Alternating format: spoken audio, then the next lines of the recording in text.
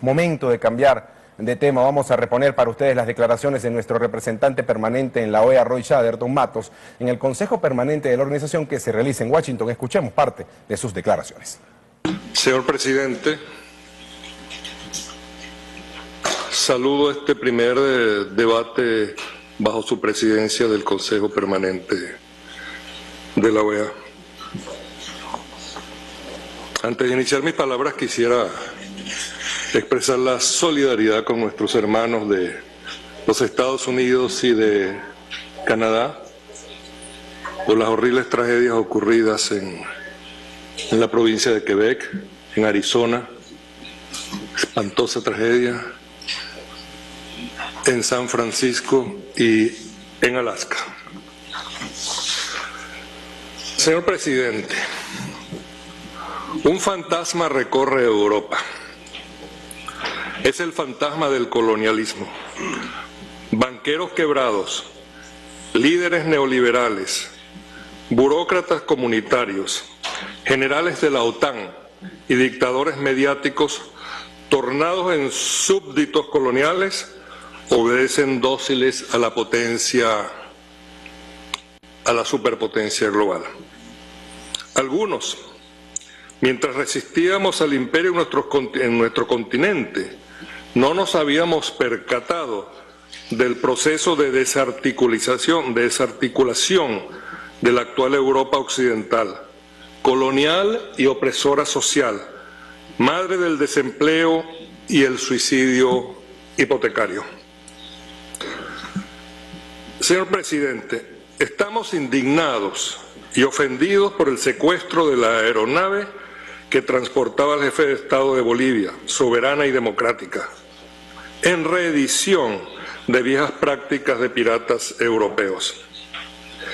Mientras la América Latina y Caribeña construyen su destino soberano frente a obstáculos conocidos, Europa, la ex imperial, arriesga la vida de un jefe de Estado democrático y sus acompañantes, a quienes revocó en pleno vuelo su autorización oficial concedida para atravesar sus espacios territoriales conforme con los convenios y prácticas acostumbradas entre sociedades civilizadas. La presidenta argentina nos habló recientemente de la vieja Europa. ¿Cuál? Responderé para interpretarla, con saltos desordenados en las situaciones y personajes a citar. La Europa medieval del santuario para los perseguidos, la de Cicerón, la de Gutenberg, la de Martín Lutero, Santo Tomás Moro o Angelo Roncalli, la de Shakespeare, Cervantes o esa de Queiroz, la de la Declaración de los Derechos del Hombre y el Ciudadano, la de Carlos Marx o el abate Pierre, la de Saramago o García Lorca, la de Willy Brandt y Aldo Moro, la de Beethoven, Pavarotti o los Beatles, la de Edith Piaf y Antonio Gramsci, la de Teilhard de Chardin, muy recordado por el presidente Chávez, o Emmanuel Mounier, el socialista cristiano. Reconocemos con nostalgia a la Europa de las luces que iluminó a nuestros libertadores y es parte de nuestro ADN cultural y espiritual. Recuerdo entre gigantes estadistas europeos de otros tiempos a Charles de Gaulle, héroe de la guerra y la paz, uno de los padres de la Unión Europea, negociador de la independencia de las colonias de su país en África, quizá en términos discutibles, pero que evitaron el desangramiento de las guerras de liberación nacional, negociador de los acuerdos de Evian, que pusieron fin a los horrores de la guerra de Argelia, y vencedor de la ultraderecha terrorista anti-independencia, la OAS, que no son las siglas en inglés de la OEA, sino la Organización de l'Armée Secrète. Un orgulloso nacionalista, de Gaulle, que sacó a la sede de la OTAN de París y que jamás habría aceptado la presión de un imperio para asaltar a un presidente democrático latinoamericano.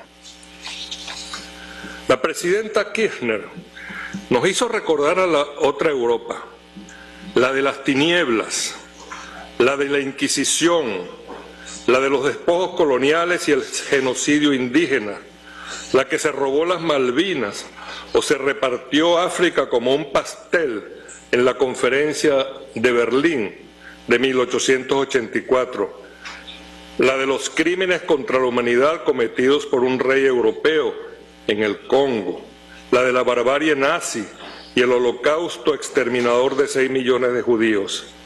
Esa es la Europa del desprecio racista, representado en el secuestro del presidente Evo Morales, líder y símbolo democrático e igualitario de la gran mayoría indígena que regresó al poder en Bolivia después de 500 años de dominación. Señor presidente, la UNASUR, la CELAC, la ALBA, 120 miembros de la ONU, el NOAL y el secretario general de la OEA han rechazado la agresión contra el presidente Evo Morales. Pero, ¡qué fiasco acromegálico! Las antiguas potencias imperiales europeas, entrampadas y abochornadas ante los ojos del mundo por unos incompetentes servicios de inteligencia. Además, ¿cómo olvidar en esta circunstancia al embajador europeo enloquecido que trató de requisar personalmente al avión del jefe de Estado boliviano en Viena? Seguramente se imaginaba entrando al avión, dándole unos toquecitos con la mano al hombro del jefe de Estado, mientras se introducían en busca del cafecito y del señor Snowden, por supuesto. Es por estos motivos, señor presidente, que acompañamos el presente proyecto de resolución, de declaración. Señor presidente, Venezuela es territorio disponible para los perseguidos por la injusticia. Venezuela es fiel a la tradición histórica latinoamericana de reconocimiento del derecho de asilo, consagrado en la Convención sobre Asilo Diplomático, adoptada en Caracas en 1954. Por eso, ayer, el presidente Nicolás Maduro afirmó que Venezuela es territorio humanitario. Evoco al propósito 6 ejemplos suramericanos de esta sagrada tradición. 1. En 1939, un barco que partió de Hamburgo, abarrotado de familias judías, escapadas de la amenaza nazi y rechazada en varios puertos importantes de este hemisferio, ante el peligro mortal de regresar a su país, inevitablemente, fue autorizado por el presidente general Eleazar López Contreras para desembarcar sus pasajeros en Venezuela. Desde entonces, esas familias y sus descendientes han devenido en nuestros orgullosos compatriotas venezolanos. 2. La firmeza de Colombia, cuando durante 5 años mantuvo asilado a Víctor Raúl Haya de la Torre en su embajada ante el gobierno del dictador Manuel Odría, negado a concederle el salvoconducto. 3. 57 años atrás, Venezuela acogió como asilado al derrocado presidente argentino Juan Domingo Perón, que por cierto fue objeto de un atentado terrorista contra su vehículo por parte de la ultraderecha argentina de la época. 5. En noviembre de 4, en los 70 y 80, decenas de miles de exiliados de las dictaduras sureñas de América del Sur encontraron protección en Venezuela. 5. En noviembre de 1992, el gobierno peruano garantizó asilo territorial a un grupo de militares rebeldes venezolanos, ocupantes de una nave, de un C-130, que sobrevoló territorio colombiano sin tiempo para solicitar en la emergencia el correspondiente permiso. 6. La rápida concesión del salvoconducto al presidente aparente del gobierno golpista que derrocó por 47 horas al presidente Hugo Chávez Frías, asilado en la Embajada de Colombia en Caracas en el 2012. Pero también en Europa, señor presidente, hay antecedentes. Así, el asilo diplomático concedido por 15 años al cardenal primado de Budapest, József Mindszenty, en la Embajada de los Estados Unidos en Hungría, desde 1956.